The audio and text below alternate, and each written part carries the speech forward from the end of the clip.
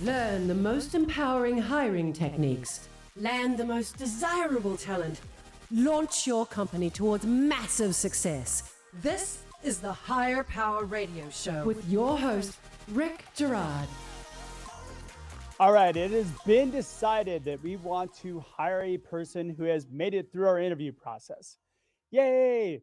So now we must invest the time to have the offer conversation about what it's going to take for you to join us. Now, eagerly, we present our case, we discuss our benefits and perks, and we divulge our rationale behind what we would like to pay our hot new employee. But the only problem is that having this conversation now is too late. When the stakes are low, people are the most open and truthful, and the stakes are lowest at the beginning of the relationship. First conversation is the most important time to have the offer discussion before the interview even happens. I'm Rick Girard, and welcome to the Higher Power Radio Show. We help entrepreneurs and executives win the strongest hires by sharing insights from top performing rebel entrepreneurs, game changers, and industry leaders. Now, today is another Rick Solo episode to address the questions I've received from our audience.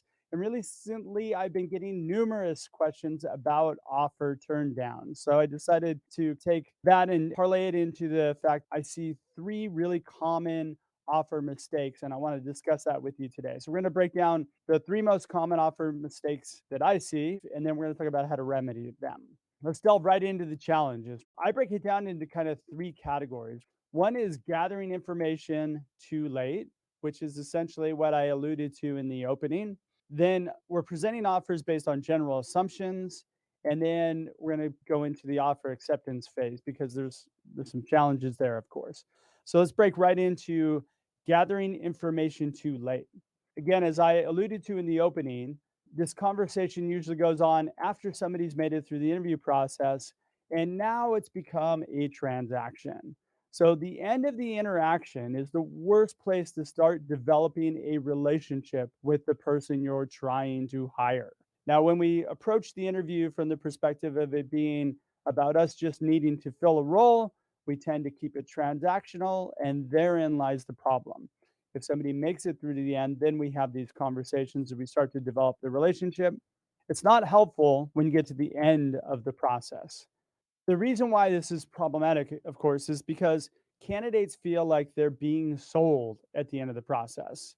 Plus, you're running your presentation or you're running all of your data that you're pushing back to them on, hey, look at, we've got a role, we're awesome. It's all about me, and it's not about you, the person who we need to come work for us. It's almost like, hey, now that you've passed our test, now we're going to actually spend some time to get to know you better. And it's too little too late. Now, what you've also created is a situation where now the candidate only has one thing to shift their focus onto, and that's the money. If I'm focused on the money because I don't see any other value in me joining your company, what's the comparison tool and how am I going to make my decision? Highest offer wins. And if you are a smaller company and you don't make the highest offer, you lose. That's kind of the first challenge is gathering the information and developing the relationship too late. The second piece is actually making an offer based on assumptions. Now, again, when you don't spend the time up front to have a conversation with a candidate and understand what's important to them, we start with a shallow focused interview that's not tailored to the individual. We basically demonstrate a situation where if you jump through my hoops, then we'll make you an offer and then you can come work for us, which is not a good strategy anymore because we don't live in a world where we make the decisions. The candidates are the ones that we're trying to hire, and they're the ones who are in control of making the decisions, which is why you hear all these terms like quiet quitting, and which is indicative of people who don't fit the environment. They're not in a job that they love. Again, it filters down into these problems. Making offers that are based on general assumptions, meaning we've hired somebody who's in this role, they're in the same type of position as you, and so you should want that offer because that's what they accepted. Again, it's not a one size fits all situation. And again, when we get down to that talking points of negotiating the offer at the end of the process, now we're putting ourselves in a situation where we're just running off of what we assume is going to be alluring to that person. and it's not really based on what is really alluring to that person. And assumptions, they all get us in trouble. And then the third piece of this is the offer acceptance. Getting somebody to accept your offer is not as difficult as we think it is. I think we create a situation in which we have a very antiquated and shallow interview process. The person is never given the opportunity to lean in to say, hey, look, I really want to work for your company, and here's why. We're creating a scenario where when we have this conversation at the end of the process, we decide we want to hire you. Now we put out an offer. And we've created a scenario where, you know what, I'm going to take some time. I'm going to think about it. And of course, I'm just going to see who gives me the highest offer. When somebody gives you the, hey, I'd like to spend a few days thinking about the offer, what that really means is, I don't believe what you're trying to sell me. So let me think about it. And if no better offers come through, then I'll probably accept your offer.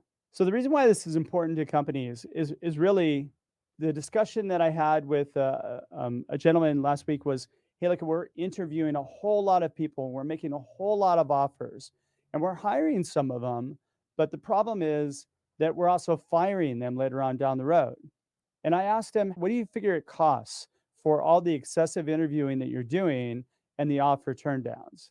Of course, we don't know what the cost is, but it's got to be pretty tremendous, especially in production costs and pulling your people out and having them interview, the time you're spending in onboarding them and then training them and then getting to the point where you're handing them off work and then them not working out. Think of this in terms of cutting down the excessive interviewing and gaining offer acceptances along the way. Are you listening to the Higher Power Radio Show? I'm your host, Rick Girard, and for our podcast listeners, we're going to take a quick educational moment from our sponsors. Looking for the inside scoop on payroll? Whether you're a payroll pro or just curious about your paycheck, we've got two podcasts you cannot miss. It's About Payroll delivers the latest trends for payroll pros, and It's About Your Paycheck is here for employees, breaking down pay and rights in simple terms. Two great shows, two great hosts, and endless insights to keep you informed and empowered. Subscribe now and elevate your payroll knowledge. Brought to you by Work Defined, where payroll meets people. Hey, check out stridesearch.com. There you'll find your link to order Healing Career Wounds. Let it be your secret weapon to landing the strongest talent. So we just talked a little bit about what I feel are the top 3 most common offer mistakes when you're hiring. And I'm going to summarize that again in 3 things: gathering information too late, making it a transaction, basing your offers on assumptions rather than what's tailored to the individual, and then finally, getting an offer acceptance, right? So I'm going to break down each of those a little bit deeper, and I'm going to go into gathering the information and talk about how we counter that. You guys have heard me say this before. The most powerful tool you have in a recruiting or hiring process is that very first point of contact with a candidate. I like to call it the discovery call. Some people call it a phone screen, whatever you call it. That is the most valuable interaction that you have with that person. And we don't take advantage of that because we're all busy. We just want to get somebody lined up for an interview and let other people do the work. The problem with that is that's your first point of contact. That's where you're making your main impression on that individual. You're giving them a very clear indicator of how your company operates. Now, if you operate in a very sloppy manner and your interview process is very sloppy, then you have no competitive advantage and nobody's going to want to work for you. So you're going to get a bunch of leftovers that are going to want to work for you. The first key kind of component to that is understanding the individual. And you want to understand 2 things. You want to understand what their pain point is and what it is they desire. Now, this I break down into positioning. How is this person positioned? Now, if somebody tells you they want a company within a large organization that has great benefits and perks where they can have a great work-life balance and, all these other things, that is not your company, which, by the way, in this first interaction, people will tell you this, then you can quickly filter them out and not waste a lot of time bringing them into an interview process, only to find this all out at the end of the process. So we're looking at pain. Like, does this person have a legitimate reason to move? And then their desire. What type of company the person's going to thrive in? People know. They understand what type of environment they like to be in. If somebody likes to be in an environment with lots of resources and that's not you, then don't bring them in. If they like to be in an environment where it's chaotic and essentially they like to come in and figure things out and make it better or build things, and that's you, then bring them in. Keep it very, very simple here. But understanding how a person's positioned, the environment they're going to thrive in, the size of the company, the role, the domain, those are very, very critical in whether or not you should even bring somebody in for an interview, right? But it also demonstrates that you care enough for that person to be able to say, hey, look at that's us or that's not us. And when it is us, then it puts you in a position where they're going to show up for your interview and they're going to show up prepared and they're going to show up excited because what you offer is what they desire. Now, the third piece of that phone screen is, do I have somebody who's really good at what they do? What kind of impact has this person made their current or former organization? Do I have an A, B, or C player? Look, if you're a startup founder or small company founder, you need to stack the deck with A players, which is entirely possible. But here's the thing about A players, they will duck out very quickly in the interview process if they notice or they get any inkling that your company is just a fly by night company or you run things like by the seat of your pants. A players want to work with other A players. They're attracted to systems, they're attracted to methods, they're attracted to doing things in a way that's most effective, that's not going to waste a lot of people's time. Finding out whether or not they're an A, B, or C player is another critical component that you can build into this discovery call. And again, when you understand whether or not you have a really strong person across the desk from you, then it puts you in a position where, look at, I'm going to make the effort to make sure that they align with what we want. They're an A player. Let's make sure that we get this person through the process properly and we hit what's important to them. That's for our wisdom and actually for the candidate as well. But that's so that we know that we're bringing in somebody who's qualified. Now, I mentioned salary discussions. As you're having this conversation, there's two more components that are really critical in having this discussion. One is, what is your main criteria for a decision? Understanding what's important to that person before they accept an offer with the company. So I ask a question, what are 3 or 4 main criteria that you need to see within an organization for you to accept an offer with them? Completely independent of my role, but it tells me what's most important to that person. It's giving me the clues on how I can structure the offer acceptance so that when they tell me, hey, I'm looking for this sort of compensation package. Oh, and by the way, I need health insurance because of this.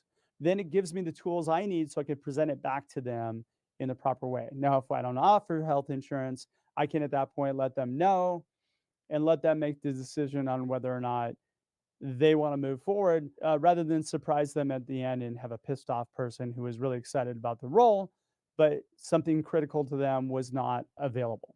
And then when we talk about salary, just keep it simple. What are your salary expectations? What do you need? What is it that you'd like to see? And get an idea. Now, some people will say that, I'm looking for between this and this.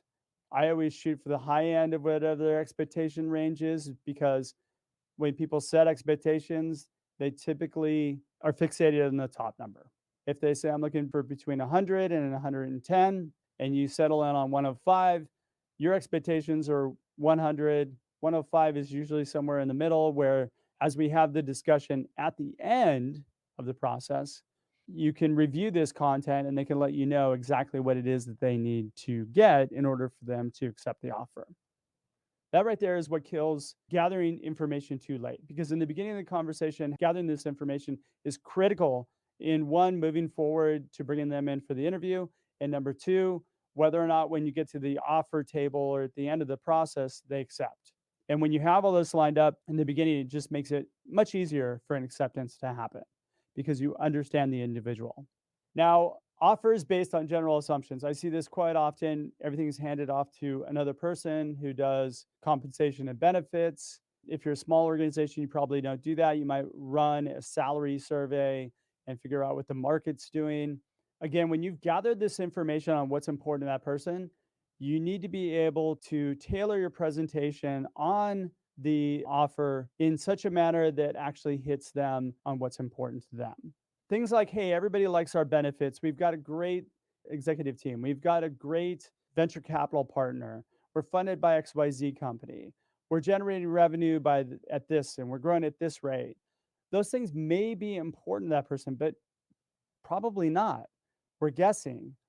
Just because somebody else that you brought on got really excited about a few key points doesn't mean that this person's going to be the same way. We need to stop putting people in a box and thinking that, okay, well, engineers all like this, marketing people all like this. There's some general assumptions you can make that can help guide a conversation. But until somebody tells you that, hey, what I really like is this about your company, then don't assume anything. Which brings us to the next point is allowing the individual to share what's important to them. So directing your conversations in a way in which they're sharing with you what's important to them, but also discussing what their expectations are, as opposed to, hey, here's what our compensation package looks like. Here's what we're thinking. Allow them to drive those conversations so you can get a better gauge of what's important to them again. So we get to the offer stage, which is the end goal here. We want to get them to sign up and join the company and start and thrive in the environment. We've got a couple of different things that we need to accomplish in that offer acceptance. Whenever we are discussing what we're presenting in the offer, throw away all your assumptions and do it in such a way where you're discussing their expectations and question what makes it important to them. So have a conversation with them about it. Again, I'm going to use benefits as I need health insurance. Great. So what makes that important to you? Allow them to lean in and tell you and listen, gather that data, and then make sure that you store that and make sure that you understand that, hey, look at it. In order for this person to accept the offer, we need to have health insurance that covers X, Y, and Z.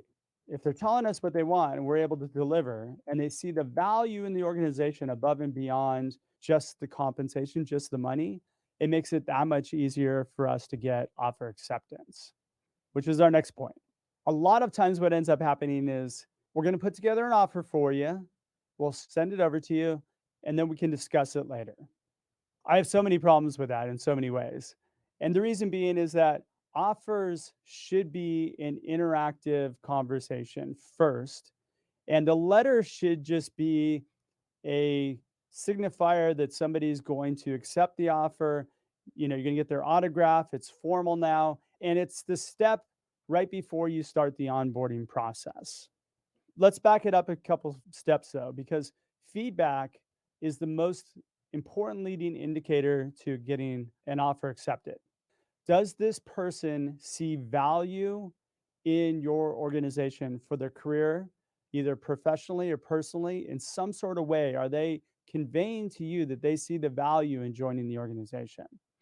Now, these conversations are not often had. It usually has to do with, hey, the work looks interesting. You people seem kind of nice. So, yeah, I'd entertain an offer. Now, entertaining an offer doesn't mean they're going to accept an offer. Entertaining an offer for me is a clue that you haven't done your work well enough to get them to say, yes, I definitely want to work here. Let's talk about what I need to go to work here. You need to engage in a conversation about value. You need to understand what it is that this person desires and then how you can provide them to them in your organization. Now, again, I mean, if you've gotten through the interview process, there's value here, but it's your job to keep that value moving along through the process. Are they sharing with you their why they would like to join?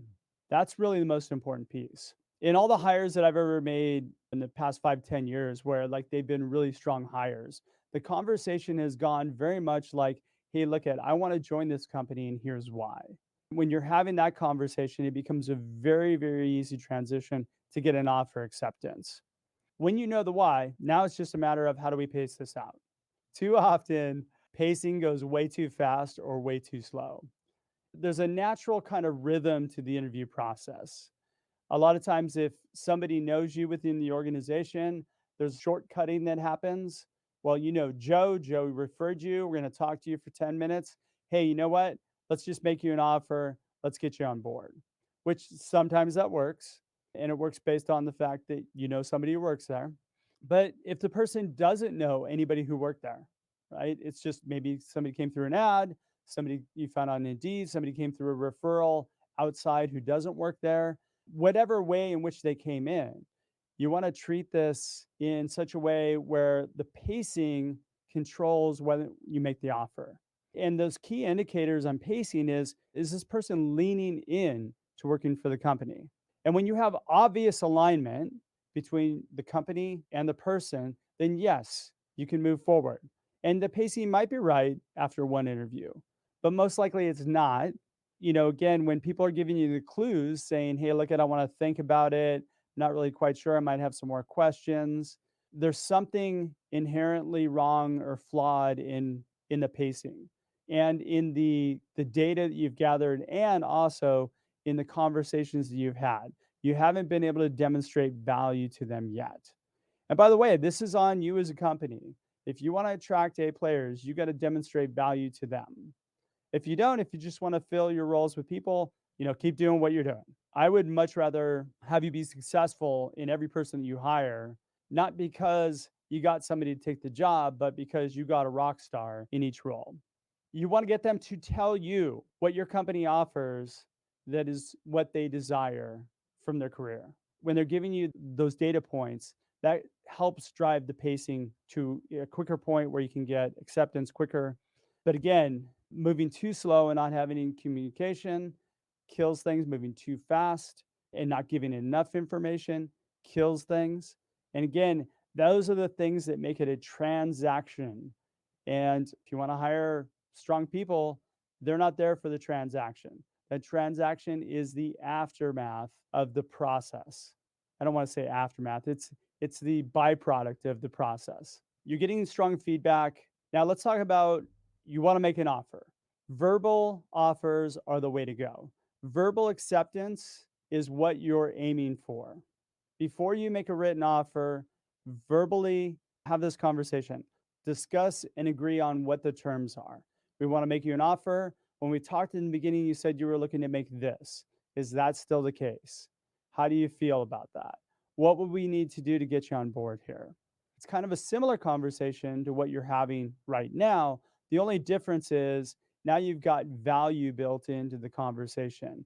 So they're not looking at it under the lens of just pure monetary compensation. They're looking at it under the lens of, I get to go where I'm looking to go in my career because of this company.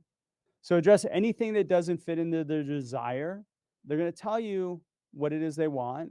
If what they want is kind of outside the box or they're throwing in any surprises at that point, you can actually deal with those at that issue. And then simply agree on terms and get a start date. So start dates are super, super critical. Before you even put together a formal written offer, you want to get a start date so that you can put it on the formal written offer. But more importantly, that is a commitment point in which somebody cements their commitment to joining your company. And then finally, the formal written offer letter, super simple. You just want to get their autograph and you want to start the onboarding process. That's pretty much it. So you're getting everything squared away. That should be a formality within the whole offer process, not the whole process itself. So I just want to reiterate key takeaways on this thing. So you want to gather information as soon as possible. Do that in the very first conversation, the discovery call. Don't make any assumptions on what's going to attract this person to your company. Based off your first conversation, tailor exactly what's going to attract that person to your company to the content they gave you in that first conversation. And then finally, on the offer acceptance piece, make sure you pace it out, continuous feedback throughout the process, and of course, get verbal acceptance first before you extend a written offer. All right, I want to thank you for attending this week's episode of Higher Power. Quick thanks to our team, Brian Colburn, Andrea Ballon, and Ayla Girard. If you're listening to the show, please subscribe, review, and share. After all this shows for you, I want to continue to provide epic content for you on a weekly basis. You can also, if you have questions, drop me a quick email at rick@stridesearch.com, or you can join the Higher Power Radio community at Higher, Hire, Power, Power, radio, radio.com. Tune in next Tuesday. Our guest is going to be Dustin Reichman. Dustin is the founder of Simple Success Coaching. I'm your host, Rick Girard, and you have been listening to the Higher Power Radio Show. Aloha. Thank you for listening to Higher Power Radio. Catch our LinkedIn Live show every Tuesday at noon or download the podcast on iHeartRadio, iTunes, YouTube, or your favorite podcast platform. We appreciate you joining us on Higher Power Radio with your guide to hiring success, Rick Girard.